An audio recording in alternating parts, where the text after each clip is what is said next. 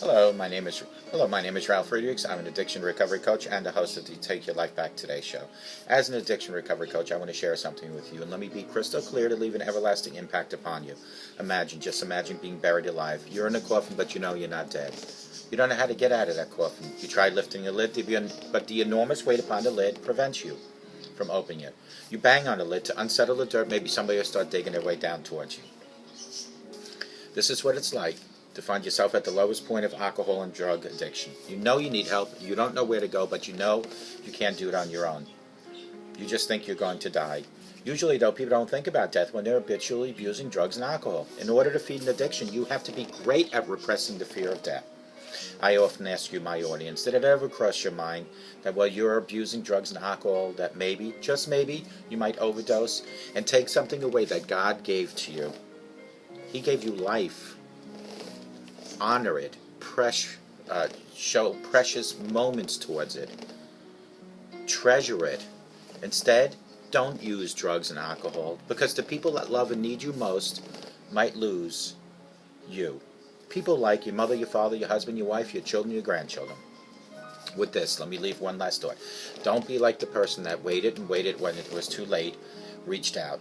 Instead, be the person that calls me at 844-405-HELP or text me at 631-599-0218, and together you and I will help you take back your life before your life is gone.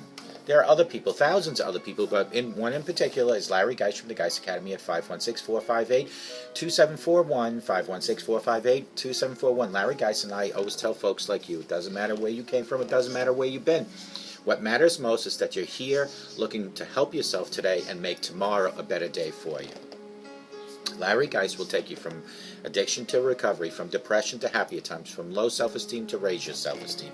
Larry Geist at 516-458-2741. Folks, tonight, take your slippers off before you go to bed. Stick them under your bed. Tomorrow morning, look under your bed, retrieve those slippers, and while you're on your knees, give the Lord a big shout out by saying, "Thank you, Lord, for waking me up for another beautiful day." Ask the Lord for mercy and forgiveness. Thank the Lord that you have food and clothing and home. Thank the Lord for your family. I choose to call this an email. I do it each and every morning. Each and every morning. The same time, the same place. Well, around the same time. But if you have a time and a place each and every day, and the best time is to retrieve your slippers in the morning and get on your knees and utilize the mail service that I choose to call Mail. You have UPS, you have USPS, you have DHL, you have emails, but you also have Mail, K-N-E-E Mail. Mail is your direct chat line to the Lord Jesus. Utilize it today. 5 ways to rediscover yourself. That's what I want to talk about. And the first way is, well, not the first way, but my first thing I want to tell you is to allow yourself to be you. I would love to learn how to allow myself to be myself, but what does it mean, and how do you do that? People always ask. You'd be surprised how often people ask me this, often with tears in their eyes. Our culture doesn't encourage us to be ourselves. Quite opposite. Our culture is the opposite. We're encouraged to follow a formula that's supposed to guarantee us happiness and wealth. Get an education in a traditional approved field. Get a good job, and to find one or maybe in some cases, and I don't want to address this because I don't believe in divorce, but it does happen. 1 or 2 more relationships in their life, mostly one. You should always concentrate on finding one relationship in your life that's true love, and marry them. Buy a big house, the biggest you can, and get 2 matching cars. Go on vacation somewhere nice once a year, and if you're lucky, you'll retire with a nice fat pension. Given the current economic climate, the latter items are slipping out of our grip, your grip and my grip, each and every day. The good news is that research shows that the income and things beyond our basic comforts don't make us happier, and that actually make us more unhappier. Particularly, in my opinion, if you've been squishing your real self down all along, in order to create this picture-perfect, ideal life in front of your neighbors. When life is falling down around you, or it just feels blah, lifeless, or even hopeless, the quickest way to add hope is to let's just say the quickest way to add help and life back is to reconnect with the real you.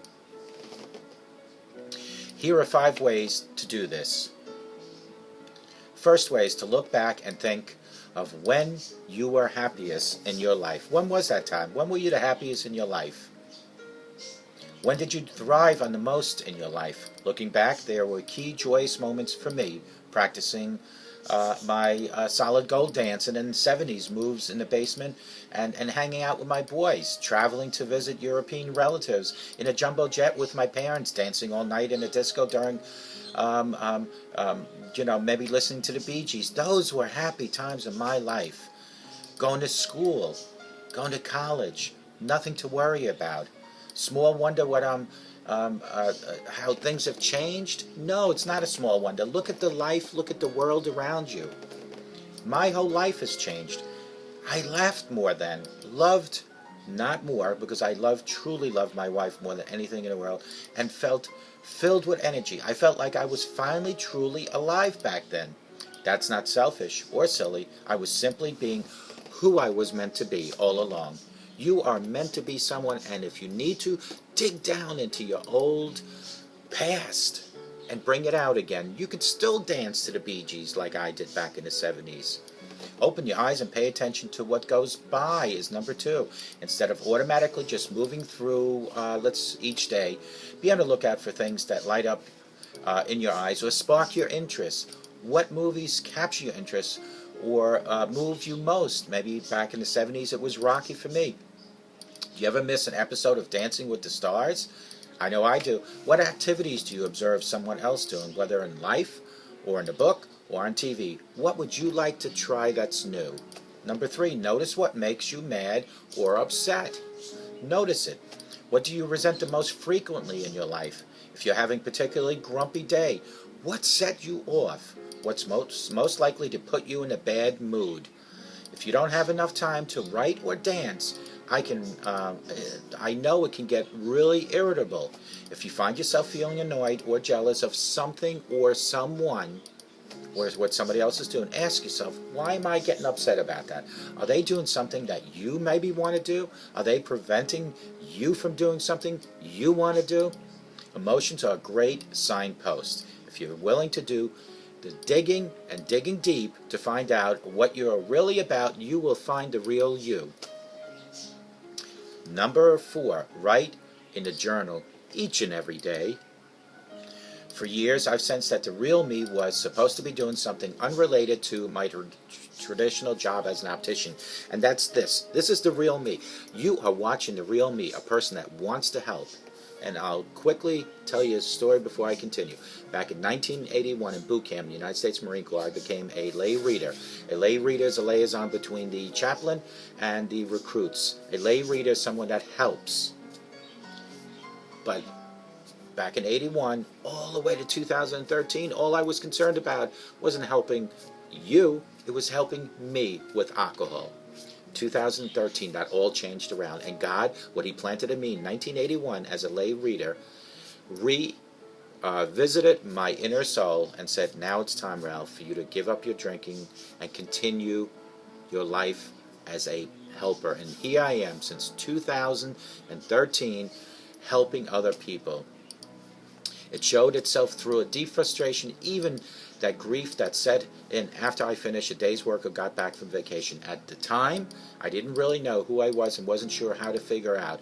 By journaling day after day, surprises and clues began to show up on the page. I wanted to dance more. I wanted to perform professionally if I could. I'm not much of a dancer. I wanted to move to another country, which I did at one time. I lived in Germany. I wanted to become a writer. I never, ever followed through that, and I did want to become a speaker, and here I am as a speaker. Through my journal, the real me found my voice and told the day-to-day me who I was and who I should be helping. I turned my life upside down and never been happier since I finally had the guts to show up and be the real me. Number 5, listen to your body. Your body will tell you what resonates most with the real you. And when you've gone off your path or are betraying yourself, I should say, what makes you feel lighter and full of energy? What leaves you full or sometimes feeling drained? What makes you laugh? What makes you cry in a good way and in a bad way? When do your neck and back ache? When do you get headaches? What makes your stomach churn when with dread or unease? Pay attention to these physical clues, and they will let you know when you're getting closer or further away from being yourself. As you pay attention to each of these areas, you'll discover more and more about the real you. Next, begin to act in the ways to honor who you really are. Start doing more of those things that you've noticed move you, bring you alive, or give you more energy. Begin to avoid or change things that drain you, intense you up, or dread your spirit. Live a positive life and stay away from negativity. Over time, you'll be more and more yourself again, and you'll be amazed by the experience and circumstances that life will start sending your way no matter where you are. It will be like God and life were just waiting all along for the real you to finally show up and take the stage. God is waiting for you. Utilize the mail service that I choose to call knee mail. Do it in the morning when you're picking up your slippers, and by golly, I am telling you, put those slippers on after praying to God and walk with God 24/7. And may God bless you.